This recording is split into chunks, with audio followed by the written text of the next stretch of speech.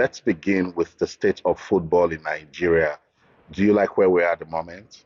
Yeah, I mean, I think we are doing very well, very, very well. And I'm very proud of the current administration. I can tell you, I'm not trying to patronize that. I was there for 8 years, and I know how difficult it is to run football in Nigeria because everybody's a coach. The people become judgmental from the beginning, and you have to carry on, you have to trudge on. There are a lot of difficulties that with sponsors, that with government, but so far they've been able to surmount every obstacle that has come their way. And the best news for them is that they have a minister that is ready, very patriotic, a minister that refuses to listen to traducers for the betterment of Nigerian football, you know. And I think that's one major asset they have in this administration. And the president and the minister, they are working very well. The synergy is unbelievable. And with that, I believe they are going to do a lot better. They just qualified for the Olympics yesterday. After 18 years, we couldn't do it. The previous administration couldn't do it, but they've done it. And I believe we just keep giving them time. Football is a marathon, you know. It's not a sprint. You keep running, until you get it right. And because of it, you are going to meet ups, you are going to meet downs, you are going to see good, bad, and ugly. But the truth is, just remain steadfast, remain prayerful, and you'll get it right. But we're supposed to be consolidating on our strength. For instance, the under 17 is in, should I say, scattered state, no coaches for the under 17, for the Super Eagles, and you say it's in a good state. What are your parameters for judging that football in Nigeria at the moment is in a good place? Yeah, I know about this. The next Eagles, the future Eagles. The future Eagles, they are the under 17. If you don't know, just know. They've been together, they've been camping together, they've been doing things together. They have coaches, even though possibly on interim basis or ad hoc basis, but they are there under the internship. So, and that's the beginning. If you have your under 17, automatically you have your under 20, and you have the future Eagles. So, I don't think, and you should understand that it is not 100%. In any situation, even in your business, no matter how Elon Musk will also tell you that it is not 100%. In any endeavor you find yourself, you just keep trudging on and be prayerful about it. And that's what they've been doing, considering the circumstances we are. When I left NFF, our exchange rate was about 600. You know, it went up to about 1,700. Now it's coming down. Kudos to the government. 1,100, So all those things affect because you are not playing within the Nigerian space. You are playing outside the Nigerian space. And you have to spend a lot of forex. And again, what is their budget? Their budget, for example, is determined based on maybe dollar at 900. They didn't know the dollar would go to 1,500, 1,600. How do they meet this shortfall? So there are so many things you people don't understand. Not until you sit there, you will now see all those things. And you have to be very dynamic for it to come off it. So you have to prioritize. You have to look at things that we need to do. Do we need to take coaches on permanent basis? Do we need to take them on interim basis? Do we need to select? There are a lot of intricacies and dynamics to this thing. Trust me on it. So it's not as if they don't want to. Ibrahim is very seasoned. He was an integral part of my administration. And beyond, he was also a very key factor in Megeri's administration. He's an accountant, and I believe so far, I don't think he has done badly. A lot of people did not even give him that opportunity. But today, a lot of people, even in the global space, they are beginning to acknowledge his prowess in administration. Mr. Pinnick, there are allegations that you supported Ibrahim Gusau to become NFF president just so you can look so good at your time. The NFF was better than it is now. Is it what is playing out? You see, if you have a child, I told my son, I just say, you want your son to be a lot better than you. If I was part of this administration, installing this administration, I will do everything possible for this administration to be better than our administration. I just told you a key factor. A key factor that's making this administration look very good right now is the ministry and the minister in particular. With all due respect, I didn't have that. in my 8 years. It's a story for another day, you know. But today they have a very seasoned and competent minister that is giving them all the support. In truth, they don't need me. They only call on me whenever they believe they need some kind of. Otherwise, Ibrahim is very seasoned. He can do. So I'm not. Why? Anybody? Okay, listen. Look at everybody that ran for the election. Who is not mine? Shehu. Initially, they said, "Oh, Pinnick was supporting Shehu. Was a disguise with Ibrahim." Later, they said he was supporting Ibrahim, disguising with Shehu. Is it Shehi? All of them, because under my leadership, with all due respect, you know, we had a lot of training, informally and formally, as administrators. Even when we meet as ESCO, it's like an internship because we argue, we fight. At the end of the day, we always come out clean. Ask anybody, they'll tell you. So it's not just going through the four walls of school or that you say that you are training. Everything you do as a human being, if you are talking to your boss, that part is training. If you are sitting at the meeting, it depends on how you conduct the meeting, it's training. Like if I go to FIFA meeting, for example, a council meeting, if Gianni sits down, it's a lot of training because once he sits and starts, in another 1.5 hours, we are done because everything is well orchestrated. In CAF, maximum 2 hours, you know, and that is it. So it's all about training. So I believe they had this internship. There's no way. I'm very patriotic. I love Nigeria. I love the country so much because I'm a believer in the country. I'm a believer that this country one day, the whole world will stand up for Nigeria. I'm that believer. Trust me. So I will do everything humanly and materially possible that this current administration succeeds. So irrespective of, there's no comparison. You recall when I came in, I said, Aminu Megeri, whether you like it or not, if you look at Lawrence, one of the most successful presidents ever in our history, I said it was quite magical. I was going to apply science. And what did I do? I had to send coaches abroad for training. I had to send referees abroad on training because that is science. What is science? Science is that which is observable. Because today's world is driven by technology. You cannot use magic to win, you know. So all those are the things. So there are various MOs you use to achieve your results. He has his idiosyncrasy. Whatever he can pick from mine, he will pick and merge it with his own because he came out with a manifesto when he wanted to campaign. So dispel your mind. A lot of people believe that, you know, a lot of people they've come to tell you, oh, Ibrahim is this, Ibrahim, they will go and tell Ibrahim, Pinnick is this. Ibrahim and I, we have this vow among ourselves that we must work together to nurture, prime, condition Nigerian football for greatness. And other people, not just in should take a cue from what we are doing. You know, I spent 8 years and I left. Today I'm okay, I'm very well. I'm happy where I am. I'm happy in FIFA, I'm happy in CAF, I'm happy in my various businesses. And I'm still trying to impact where necessary. So it's not a do or die because there's nothing actually in this life. So you must, as a human being, know where the limit is and take a bow. And that's the truth. And once you take a bow, whoever succeeds you is incumbent on you to support him because it's not everything that we know, but when your support is needed. They are shortlisting coaches for the Super Eagles job. What can you tell us about that? Well, I'm not.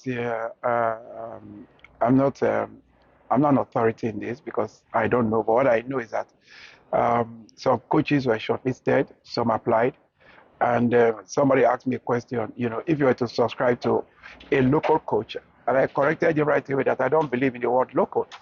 They're indigenous coaches, and that if I were to subscribe to anyone at the moment, because of the smooth transition from Pissarro, I should say Finidi George. And I don't have any regrets about it. If it was Amunike that was there during this transition, I would have said Amunike because they have the same gift.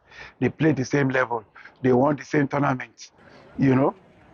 But the difference between Amunike and Finidi is that Finidi has coached, came down to Nigeria and coached a local club, one of our indigenous clubs, and he also won the league with this indigenous club. Finidi is somebody that I brought him on as one of the assistant coaches. And when he was interviewed, you could see the humility and modesty in him. And if you see controversy among some of his colleagues, you will never hear anything about Finidi being a player's agent, Finidi collecting money from this. No. He's somebody that is prime and really and truly wants to work. Does this mean you're supporting No. Listen, if they were to pick an indigenous coach right now, trust me, it is my strong personal opinion. I've worked with him, I've seen him.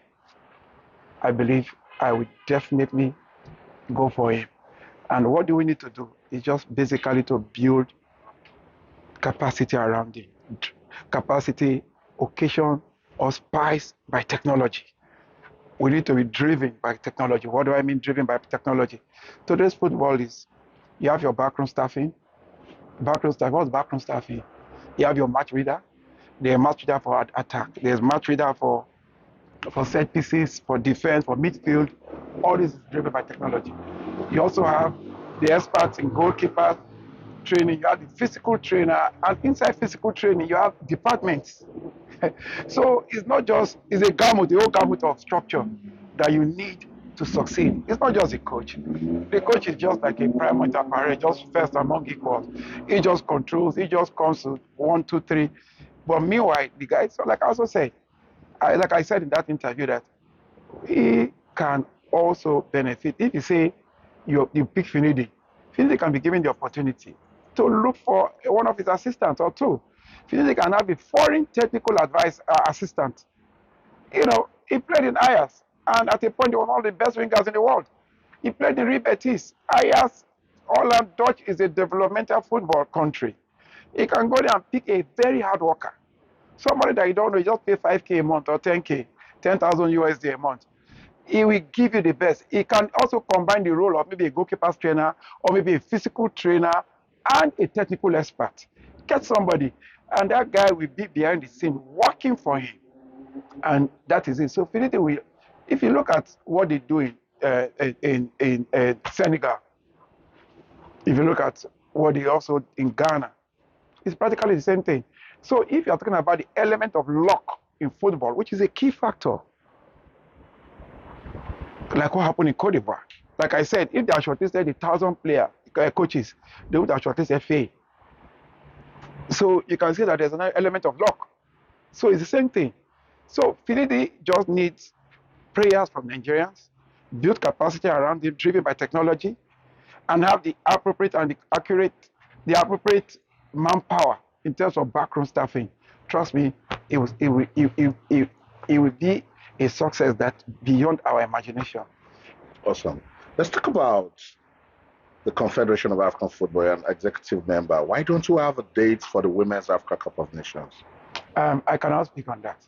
We're having our meeting next weekend in Morocco.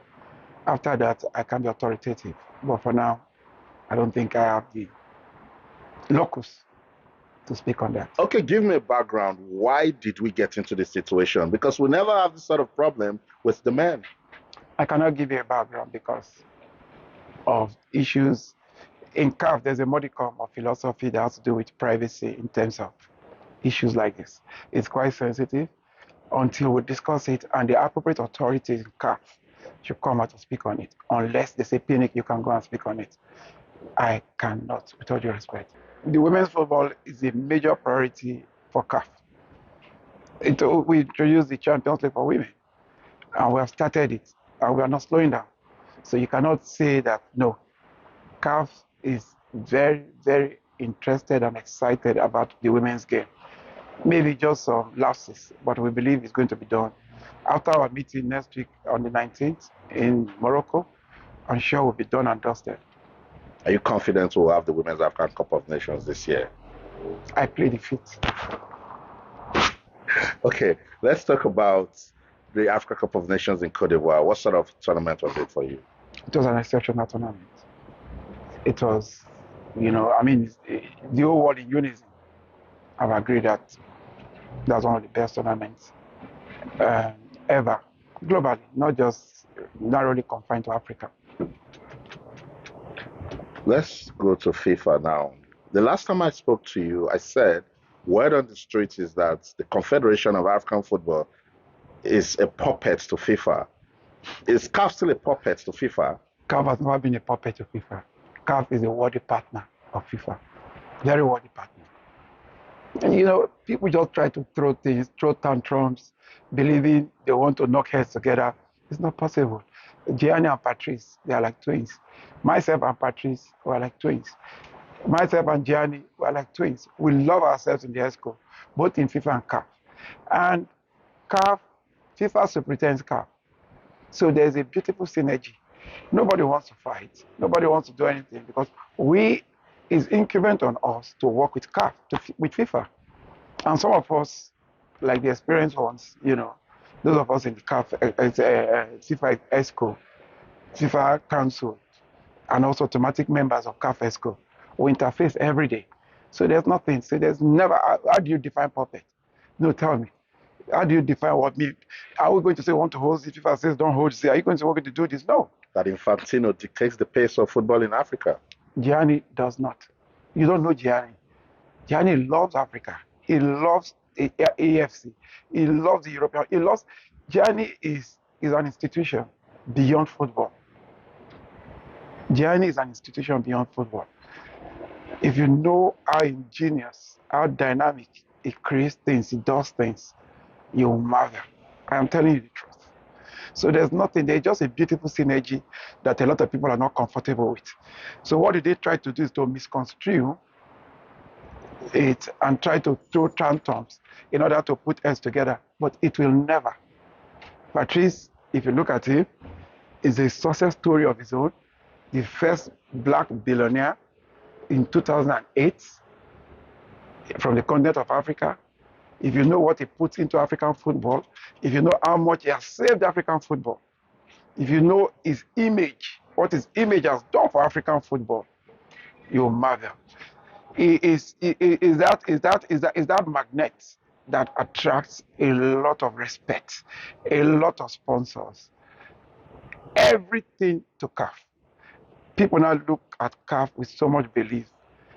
People now look at CAF with so much hope in anticipation that we are going to get to where we want to get to because of Patrice and the CAF Executive Committee. Let's end it this way. What are the lessons from the Africa Cup of Nations in Cote d'Ivoire that we can pick and use to develop football in Nigeria? Yeah, in terms of organization, in terms of doing the right thing, in terms of driving football with technology, that time will come where our league matches have to be on VAR. We have to also look at a proper technical study group, whereby we'll look at how we can intend those ones that is next eagles, which are those ones that are very critical, which are those left full backs. We've been having problems with goalkeepers, which are the goalkeepers that we want to train that will be there for the next 20, 30 years.